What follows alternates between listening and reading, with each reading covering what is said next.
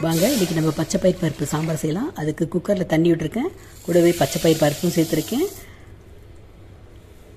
கொஞ்சம் வெங்காயம், பச்சை மிளகாய், கருவேப்பிலையும் சேர்த்துக்கலாம். கூடவே 4 தக்காளியும் சேர்த்துக்கலாம். ஒரு குழிக்கரண்டி ரீஃபைண்ட் ஆயிலையும் சேர்த்துருக்கேன். ஏன்னா பருப்பு சீக்கிரமாக வெந்துடுறதுனால. ஒரு 1/4 ஸ்பூன் அளவு மஞ்சள் பொடி, தேவைக்கேற்ப உப்பு எல்லாத்தையும் சேர்த்து நல்லா வேக விட்டோம்னா ஒரு 3 விசில் சூப்பராக வெந்துடும். அதை எடுத்துகிட்டு நம்ம நல்லா கடைஞ்சிக்கலாம். அந்த பொருள் நல்லா சூட்டோடு கடைஞ்சிடும், சீக்கிரமே கடைஞ்சிடும். இது ரொம்ப ஹெல்த்துக்கு ரொம்ப நல்லது பச்சைப்பயிர் பருப்பு. ஆமாங்க, இது ரொம்ப இது ரொம்பவே நல்லது ஹெல்த்துக்கு. குழந்தைங்களுக்கும் கொடுக்கலாம். நல்லா கொதிக்க வச்சுட்டு ஒரு பாத்திரத்தில் எண்ணெய் விட்டு கொஞ்சம் கடுகு, கடலைப்பருப்பு, உளுத்தம்பருப்பு, வெங்காயம், வரமிளகாய், கருவேப்பிலை சேர்த்து நல்லா வதக்கிங்க. கூடவே கொஞ்சம் பெருங்காயத்தையும் சேர்த்துக்கலாம்.